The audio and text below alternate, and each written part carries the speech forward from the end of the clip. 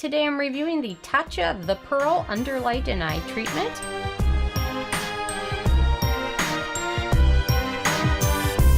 And really quick, I just want to say I purchase all these products with my own money, so you know you can trust my opinion is what I honestly believe. So Tatcha has introduced this highly anticipated eye cream, eye treatment, and it's kind of a combination of makeup and skincare in one. And for me, this didn't really exactly fit for either purpose very well. Yeah, it just doesn't apply the easiest for me, but it's got a lot of great reviews. So I'm going to let you guys know my thoughts. My first criteria on the Sarah scale is packaging. Who's in the box? What's in the box? As you know, and the nice thing is there are some antioxidants in this product, but the jar packaging allows those to degrade when it's exposed to light and air. So although the packaging is quite beautiful in Tatcha style, it just would have been better had they done something else to protect the antioxidants that are included in this. So not a huge fan of the packaging, although it is beautiful. So number 2 is alcohol. Looks like somebody forgot there's a rule against alcoholic beverages. And this does contain denatured alcohol, but thankfully it is near the bottom, at the very bottom of the ingredient list, so it's probably more used to get some viscosity in the cream. So it's not as big of an issue. It probably would be a little bit better without it, but thankfully it's at the very end of the ingredient list, so it's not much of a concern. Although the eye area is very sensitive, so if you have very sensitive skin around your eyes, perhaps be a little careful, but again, it is at the very end of the ingredient list. Number 3 is fragrance. I love the smell of napalm in the morning. And this contains geranium extract. It has a very light scent. It's not noticeable, and it does dissipate quite quickly. It probably would be better without that, but it doesn't have so much as the signature Tatcha scent to it. It's much lighter than normal, which is a good thing, especially for something that you're going to use around your eye area. But this definitely would be better without any fragrance, especially if you have sensitive eyes or wear contacts. That can be more of an issue then. So number 4 is the manufacturing location. Where is it made? This is made in Japan, so no issues there. Number 4 is the ease of use. That was easy. And it's pretty easy to use. You would want to dab it lightly around your eye area. You know, I don't want to use this at bedtime because I don't like using any makeup on my skin at bedtime. But the issue I had during the daytime was that it's just pigmented enough that it didn't quite blend in. There are 3 shades of this, and I have Moonlight, which is probably the lightest of the 3. And if you can see on my hand, it just never fully quite blends in to my skin, especially on my eye area. Perhaps it's because I'm a little bit older and I have a little bit of fine lines. The nice thing is it didn't tend to settle into those fine lines, thankfully.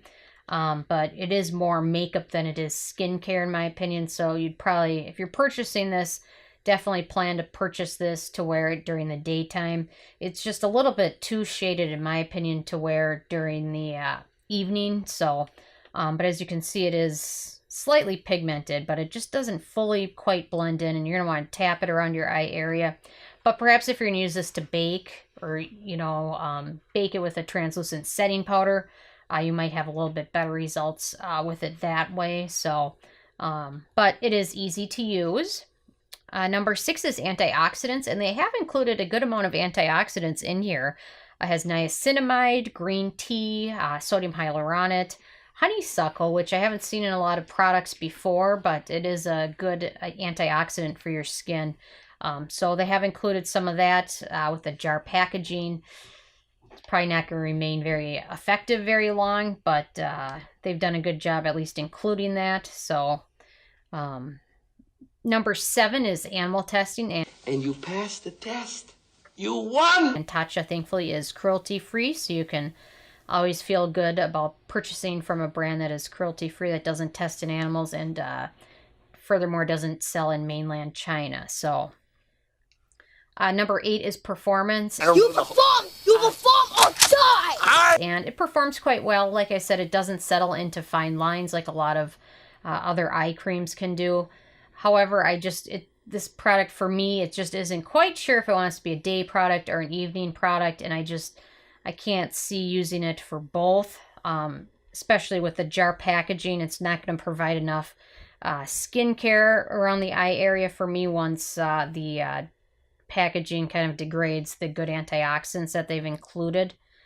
So, but overall, I like that it didn't settle into fine lines, and it is quite easy to use if you bake under your under eyes. So, number 9 is price. The price is wrong.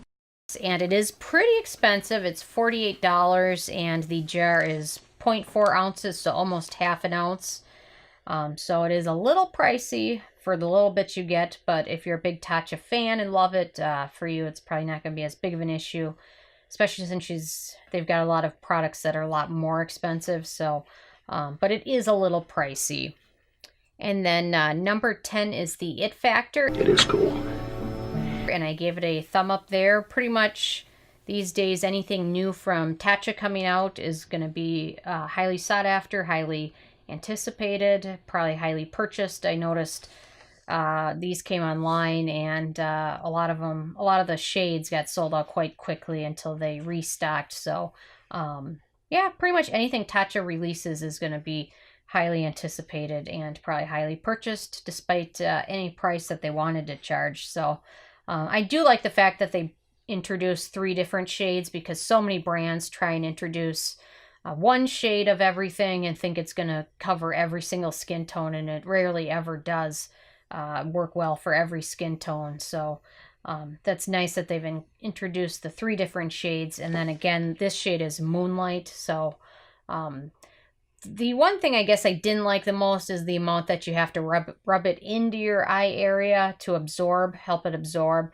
especially when it's so delicate. You're better off like tapping, and this just doesn't absorb well if you tap it on your under eye area. So those are kind of some of my issues with it. But I'm glad that they have included some good antioxidants, not a ton of alcohol, and the fragrance is pretty light and does dissipate almost immediately. So they've done a few good things right with this. So overall, on my Sarah score scale of 1 to 10, this got a 6, which is decent. There's better under eye area creams out there, especially some of the ones Drunk Elephant has introduced recently, which are a little more pricey. But there's better ones, and then there's also ones that are definitely not nearly as good as this. So if you're a Tatcha fan, most likely you'll enjoy using this. And if you liked the canvas primer, you'll probably enjoy this too. It just requires a little bit of finesse applying it. So overall, decent. But anyway, I'm interested if you guys have had a chance to try this yet or not, and if so, what your thoughts were, and what shade did you get. So leave a comment. I love hearing from you guys. Feel free to subscribe if you're not already. I come with at least 1 new review every day. And check out nobsbeauty.net and the Amazon link below. Thank you so much, guys.